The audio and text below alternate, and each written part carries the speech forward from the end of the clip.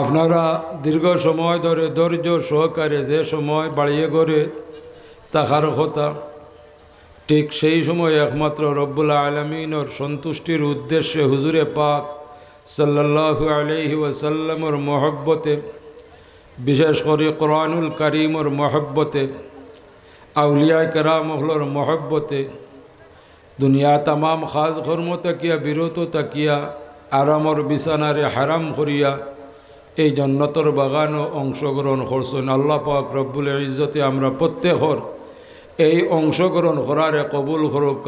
এর জরিয়ায় আমরা বিগত জিন্দগির তামাম গুনাহ খসুডে মাফ করে দেউকা, আমরা মুর্দেগান হলরে মাফ করে দেউকা, আমরা জিন্দা যারা আছি আমরা প্রত্যেকের সুস্থতা দান করুকা, নেক হায়াত দান করুকা, তান মকবুল গুলামি নসিব করুকা হুকা আমিন। মোহতরম হাজরিন কেরাম, আমি আলোচনার দীর্ঘায়িত করতাম নাই। আমরা বড় আশা করি এই জান্নাতের বাগানও হাজির হইছি। আমরা প্রত্যেকে হাজির হওয়ার আগে আগে কত ধরনের দুঃখ হল মনের মধ্যে রাখছি। পত্র এলাকার অনেক মা বই নখলে অপেক্ষামান অনেক দুঃখ নিয়া এই মুবারক মাহফিল বারবার দোয়া করা হইব, এই দোয়ার মাঝে অংশগ্রহণ করবা। আর সম্মিলিতভাবে আমরা প্রত্যেকে আমরা দুঃখ হল রব্বুল আলামিনের দরবার পেশ করবো, ঠিক কিনা?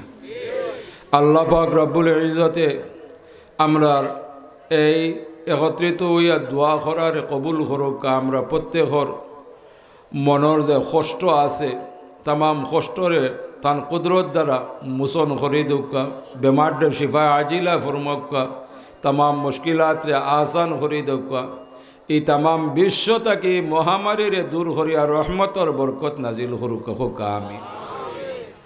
তা আমি এক আয়াতে করিমা তিলাওয়াত করলাম। মূল উদ্দেশ্য হইল আজকে আমরা ইন সমবেত হইছি আল্লাহর এক মকবুল ওলির নামে ইন কোরআনুল কারীমর নূরে কোরআনুল কারীমর বাগান আছে। এই বাগানের উদ্যোগে আজকে এই জান্নাতের বাগানের আয়োজন, ঠিক কিনা? আমি এই মর্মে দুই একটা কথা আলোচনা করার চেষ্টা করব। আল্লাহ পাক রব্বুল ইজ্জতে আমরার এই জমিনের সৃষ্টি করছেন। এই তামাম বিশ্বর মাঝে আল্লাহ পাক রব্বুল ইজ্জতে তান হাবিবর উসিলায় তান হাবিবর উম্মত হলরে সর্বাধিক দিয়ে আল্লাহ সম্মানিত করছেন। হোকা সুবহানাল্লাহ।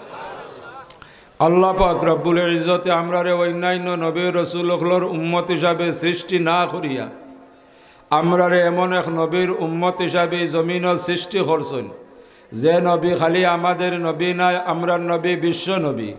আমরা নবী খালি বিশ্ব নবীও নাই, তামাম নবী রসুল হলর নবী। হোকা সুবহানাল্লাহ। আল্লাহ পাক রব্বুল ইজ্জতে আমরারে আরও সম্মানিত করছেন আসমানি কিতাব সমূহের মধ্যে সর্বশ্রেষ্ঠ যে কিতাব, যে কিতাব সম্পর্কে স্বয়ং রব্বুল আলামিন তান কালামে পাক ঘোষণা করেন, লাউ আনজালনা হাযাল কুরআনা আলা জাবালিন লারাআইতাহু খাশিআন মুতাসাদ্দিআন মিন খাশিয়াতিল্লাহ। আল্লাহ ঘোষণা করেন যে আমি আমার নূরে কোরআনে যে কোনো পাহাড় পর্বত অবতরণ করাইতাম, নাজিল করতাম, তাহলে যত বড় পাহাড় পর্বত হোক না কেন এই নূরে কোরআনের তাজাল্লি এই পাহাড় পর্বতগুলোয় কখনো বরদাস্ত করা সম্ভব হইত না। হোকা সুবহানাল্লাহ। কিন্তু এই নূরে কোরআনে আল্লাহ পাক রব্বুল ইজ্জতে তান পিয়ারা হাবিব হযরত মুহাম্মদ মুস্তাফা আহমদ মুজতবা সাল্লাল্লাহু আলাইহি ওয়াসাল্লামের উপরে নাজিল করছেন। হোকা সুবহানাল্লাহ। কিন্তু আল্লাহ পাক রব্বুল ইজ্জতে তান হাবিব সাল্লাল্লাহু আলাইহি ওয়াসাল্লামের এই ক্ষমতা দান করছেন, সেইভাবে তান হাবিবরে সৃষ্টি করছেন। এরপরেও যে সময় কোরআনুল কারীম নাজিল হইত সাহাবায়ে কেরাম হলে অনুমান করতে পারতা, টের পাইতা এই মুহূর্তে হুজুরে পাক সাল্লাল্লাহু আলাইহি ওয়াসাল্লামের উপরে কোরআনুল কারীম নাজিল হইতে আছে। হোকা সুবহানাল্লাহ। এই টের পাইতা হুজুরে পাক সাল্লাল্লাহু আলাইহি ওয়াসাল্লামের চেহারা মুবারক বা দেখা মাত্র এরা বুঝতা যে আল্লাহর হাবিবর চেহারা মুবারক লাল হয়ে যাইত।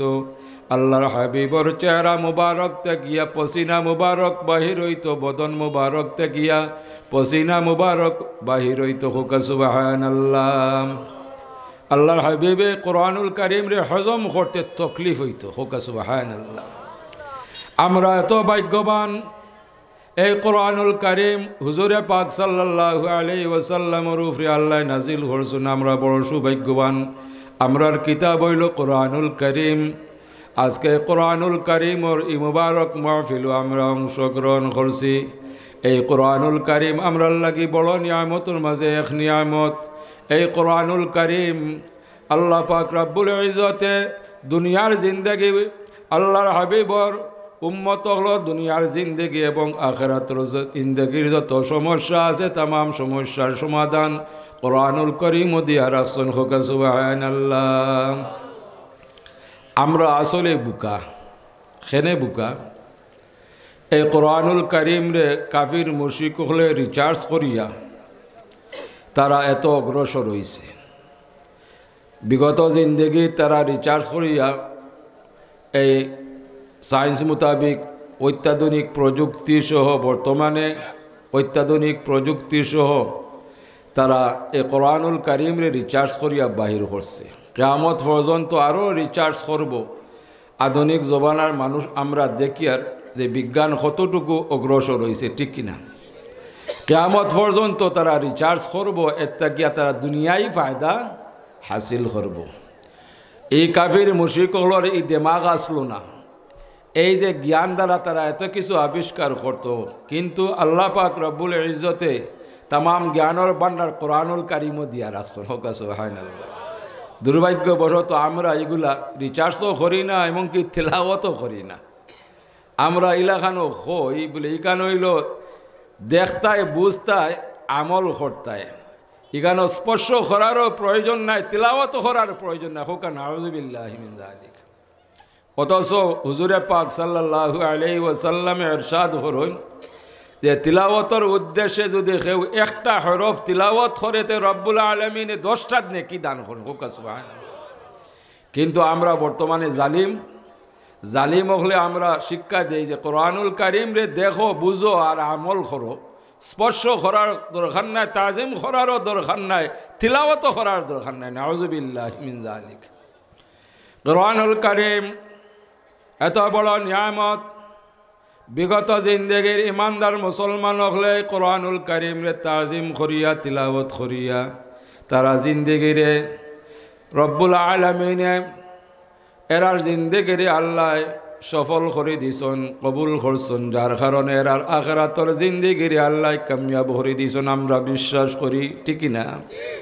যেমন উদাহরণস্বরূপ আমরা দেখছি বর্তমানে এগুলা আমল আমরা করি না, কিন্তু বিগত জিন্দেগির ইমানদার মুসলমান হলে আমল কর্তা কোনো কারণ বশত সকালবেলা বাদ ফজর ঘর থেকে বাহির হইলে, যে কোনো ঘরের কিনারা বাই গেলে, যে কোনো বাড়ির কিনারা বাই গেলে এই ঘরের সদস্য পুরুষ মহিলা নওজোয়ান প্রত্যেকের জবান থেকে কোরআনুল কারীমের তিলাওয়াত শোনা যাইত। হুকা সুবহানাল্লাহ, ঠিক কিনা?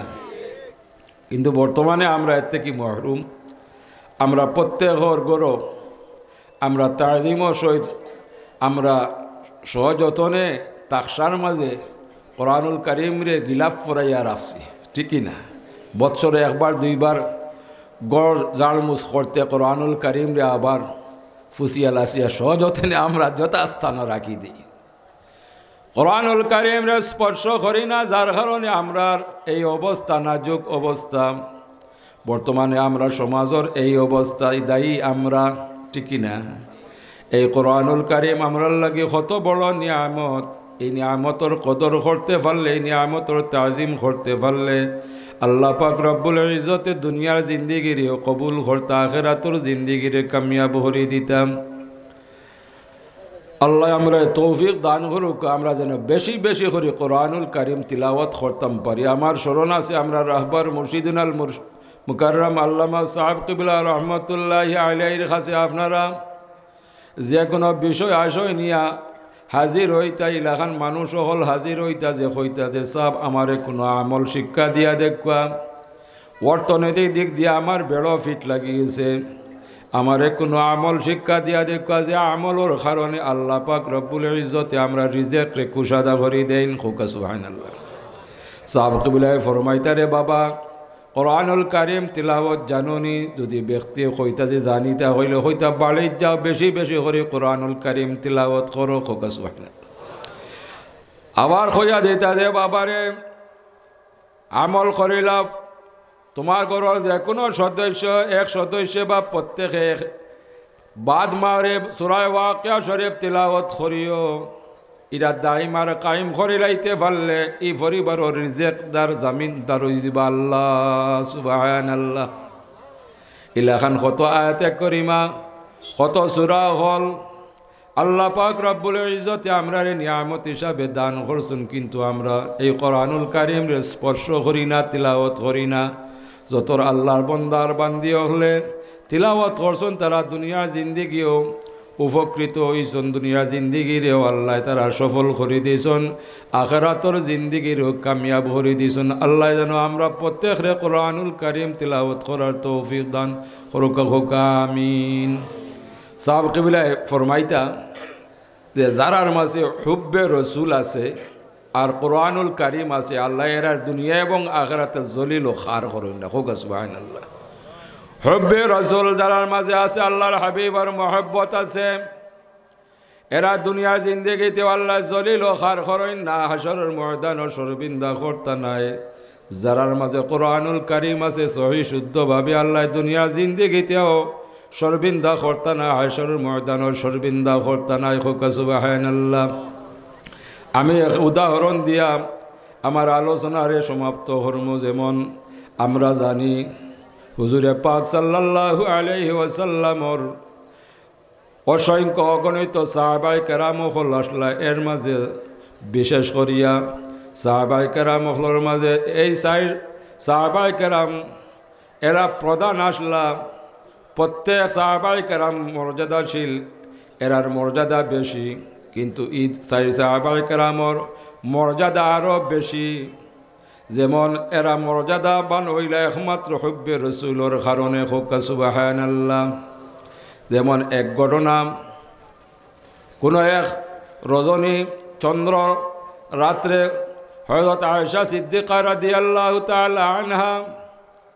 ঘর থেকে বাহির হইছেন বাহির হইয়া দেখছেন যে আসমানে তো সুন্দর 15 তারিখের চন্দ্র উঠছে অসংখ্য গণিত তারাও হল হযরত আয়েশা সিদ্দিকা রাদিয়াল্লাহু তাআলা আনহা অনেকক্ষণ আসমানের দিকে চাইলার পড়লা ইন্না ফি খালকিস সামাওয়াতি ওয়াল আরদি ওয়া ইখতিলাফিল লাইলি ওয়ান নাহারি লাআয়াতিল লিউলিল আলবাব ওলাকি মুসলা হইল আপনি গভীর রাত্রে উঠি আসমান বা চন্দ্র বাই তারা বা চাইয়া আপনি ও আয়াতে করিমা পড়তা কিছুক্ষণ পর হযরত আয়েশা সিদ্দিকা রাদিয়াল্লাহু তাআলা আনহা আল্লাহর কুদরত দেখিয়া এত শান্ত হইলাম তার মনে মনে প্রশ্ন আসলো যে আল্লাহ পাক রব্বুল ইজ্জতের কুদরতের খেলা অসংখ্য অগণিত তারা হল আল্লাহ এই আসমানের মাঝে সারিবদ্ধ করে রাখছেন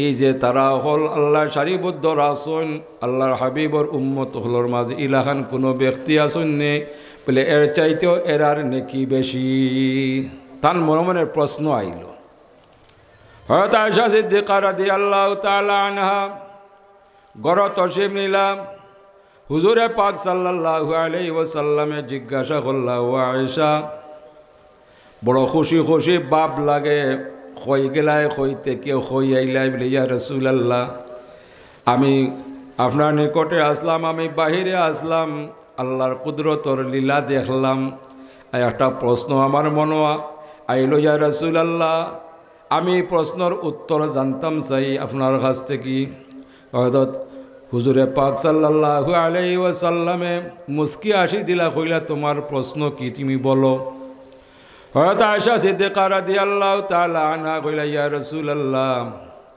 আজকে 15 তারিখের চন্দ্র আসমানে তো পরিষ্কার এত সুন্দর সারিবদ্ধভাবে রব্বুল আলামিনে কুদরত দ্বারা এত তারা হল সারিবদ্ধ করি রাসুন। আমার মনে প্রশ্ন আইল যে এত তারা আল্লাহ আসমানও সারিবদ্ধ করি রাসুন, আপনার উম্মত হলোর মাঝে ইলাখান কোনো উম্মত আসননি, এই তারার থেকে বেশি এরার নেকি আছে? আল্লাহর হাবিবে মুস্কি আসি দিলা কইলা আসেন। তখন হযরত আয়েশা সিদ্দিকা রাদিয়াল্লাহু তাআলা আনহু চেহারা উজ্জ্বল হয়ে গেল। হয়তো আয়েশা সিদ্দিকা রাদিয়াল্লাহু তাআলা আনহার মনে মনে এই প্রশ্ন আইলা, এই ব্যক্তি আর কেউ হইতা না আমার আব্বা ছাড়া। সুবহানাল্লাহ। আল্লাহর হাবিবে মুস্কি আসিলা। হয়তো আয়েশা সিদ্দিকা রাদিয়াল্লাহু তাআলার এই মনোভাব আল্লাহর হাবিবে বুঝতে পারলা। তখন হযরত আয়েশা সিদ্দিকা রাদিয়াল্লাহু তাআলা আনহা কইলা, ইয়া রাসূলুল্লাহ, আপনি নামটা প্রকাশ করুক, আমি অপেক্ষামান। আল্লাহর হাবিবে আরও মুস্কি আসি দিলাম, কইলা, ও আয়েশা, তোমার কি এত জরুর সেই নাম শোনা? বলে, ইয়া রাসূলুল্লাহ, আমার অত খাইশ এই নাম শোনার। বলে, এই না আর খেও নাই আমার দ্বিতীয় খলিফা যে নইবা হযরত উমরে ফারুক রাদিয়াল্লাহু তাআলা আনহু। যখন কইলা হযরত আয়েশা সিদ্দিকা রাদিয়াল্লাহু তাআলা মনটা বাড়িয়ে গেল। তাই ধারণা হসলা যে আর কেউ হইতা নাই, আমার বাবা আবু বকর সিদ্দিক রাদিয়াল্লাহু তাআলা আনহু হইবা। হুজুরে পাক সাল্লাল্লাহু আলাইহি ওয়াসাল্লাম আবার মুস্কি আসি দিলা। তখন হযরত আয়েশা সিদ্দিকা রাদিয়াল্লাহু তাআলা আনহা কইলা, ইয়া রাসূলুল্লাহ, আপনি বারবার খালি হাসুন। বলে, আমি তোমার মনোভাব বুঝি। ও আয়েশা, তুমি খেনে এই প্রশ্ন করছো, তোমার প্রশ্ন আর উত্তর আমার কাছে আছে। বলে, ইয়া রাসূলুল্লাহ, মেহরবানি হোক। বলে, তোমার ধারণা আসলো আমি তোমার আব্বার নাম উচ্চারণ করব? বলে, ইয়া রাসূলুল্লাহ, আমিও তাই মনে করলাম।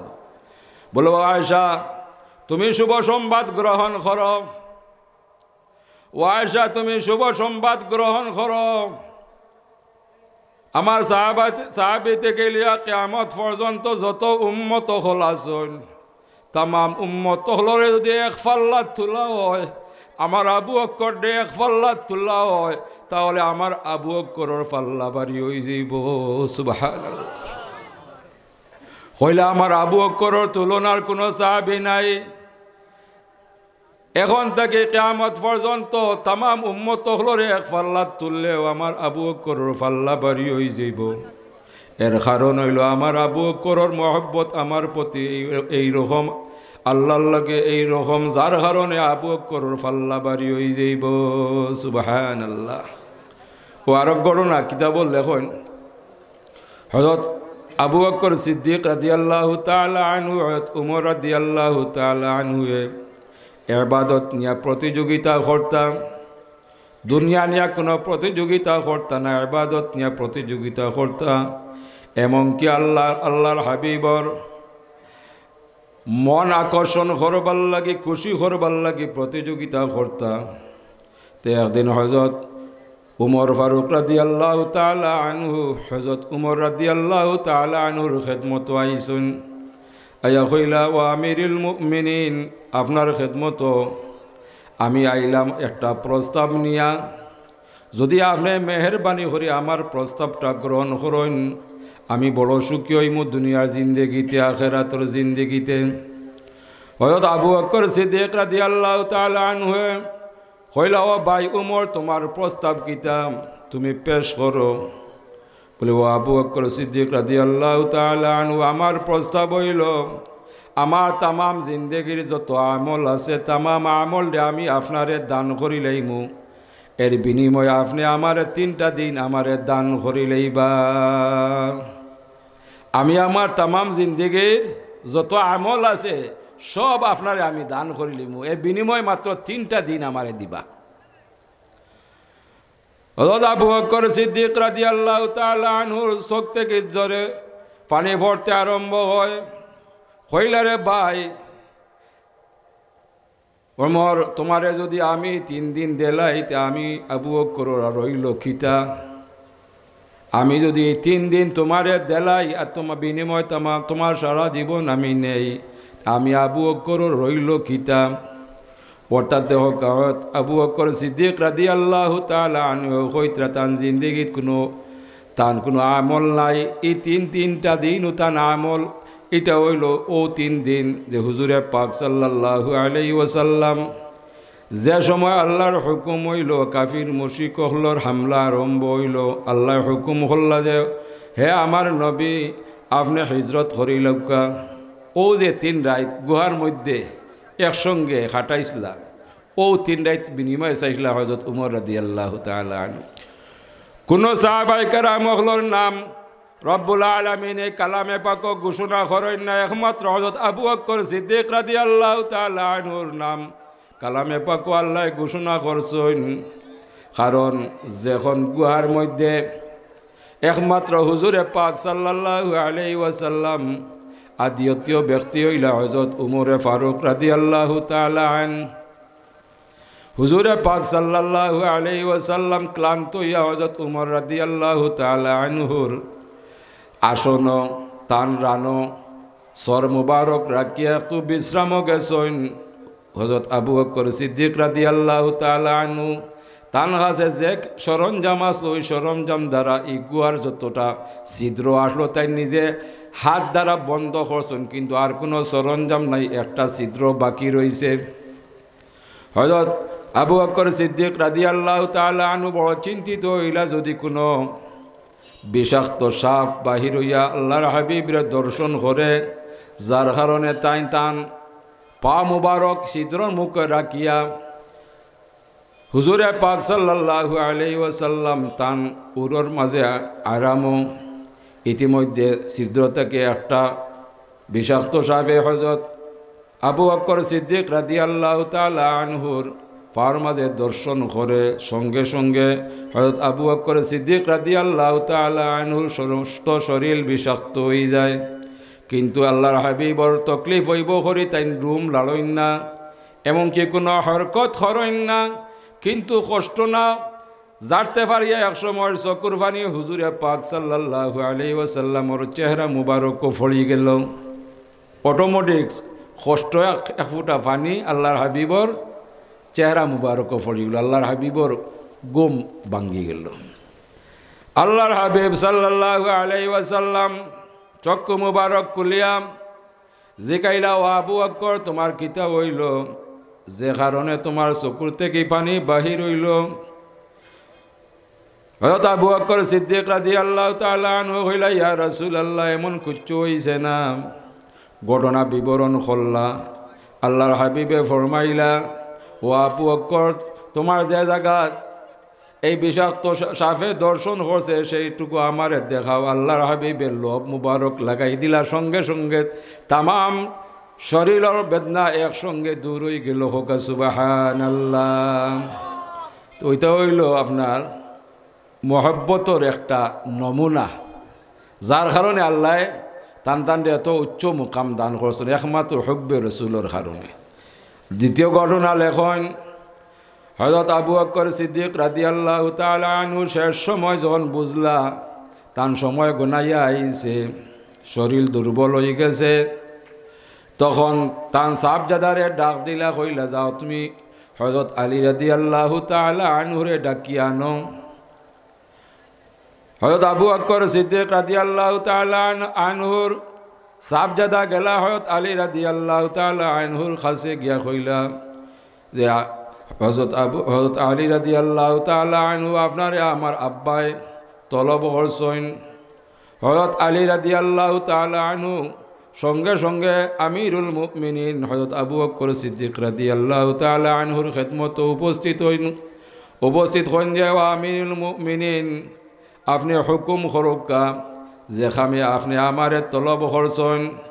হযরত আবু বকর সিদ্দিক রাদিয়াল্লাহু তাআলা আনহু ওজরে সুকুর পানি হই ফালাইনা কইন, দে ভাই আমি তোমারে কোনো নির্দেশ দিবার লাগি হুকুম দিবার লাগি তোমারে ডাকাইছি না, আমি তোমারে অনুরোধ করবার লাগি ডাকাইছি। তুমি মেহরবানি করে দয়া করে তোমার যে হাত দ্বারা হুজুরে পাক সাল্লাল্লাহু আলাইহি ওয়াসাল্লামের গোসল দেওয়াইছিলাই, যে হাত দ্বারা আল্লাহর হাবিব রে খাফন ফরাইছিলাই, ও হাত দ্বারা আমি তোমার কাছে অনুরোধ করিয়ার আমি যখন দুনিয়া থেকে বিদায় হইমু আমার গোসলটা তুমি দেওয়াইতে খাফনটা ফরাইতে। আমার ওসিয়ত হইল আমারে খাফন উফন ফরাইয়া গোসল ওসল করাইয়া জানাজার শেষে আমার লাশটা হুজুরে পাক সাল্লাল্লাহু আলাইহি ওয়াসাল্লামর প্রথম গেইটর সামনে রাখবাই, রাখি আমার পক্ষ থেকে আল্লাহর হাবিবর খেদমত সালাম পৌঁছাইবাই। সালামর জবাব আয়তে আমারে হুজুরে পাক সাল্লাল্লাহু আলাইহি ওয়াসাল্লামর কদম মুবারক দাফন করিলিও। আর যদি আমার সালামর জবাব নাই জান্নাতুল বাকিত নিয়ে আমারে দাফন করিলিও।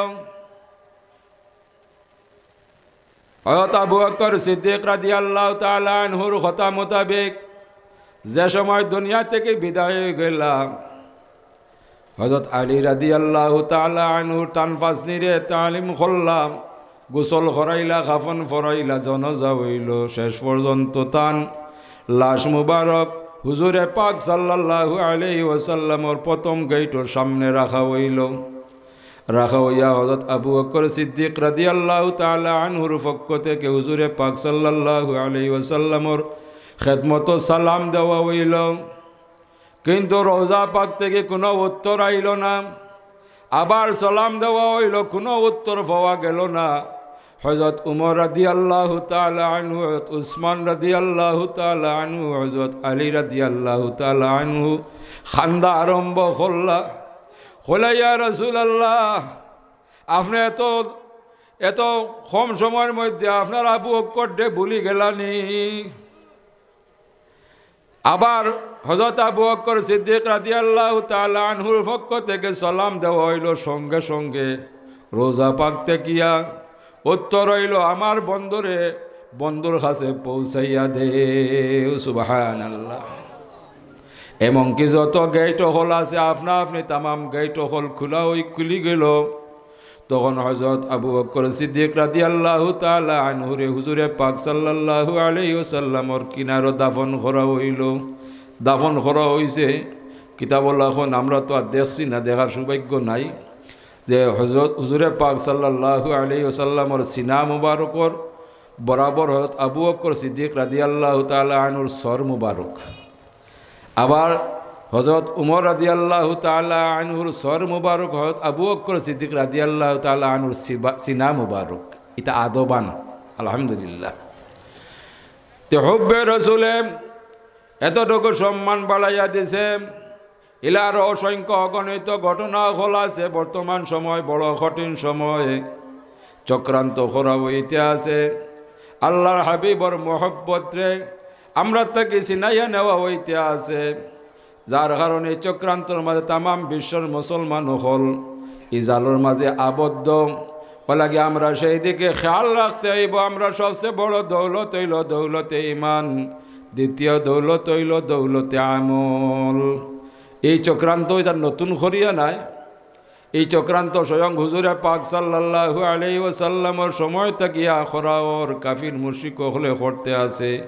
বিশেষ করে ইহুদি নাসারা হলে করতে আছে, কাফির মুশরিক হলে করতে আছে।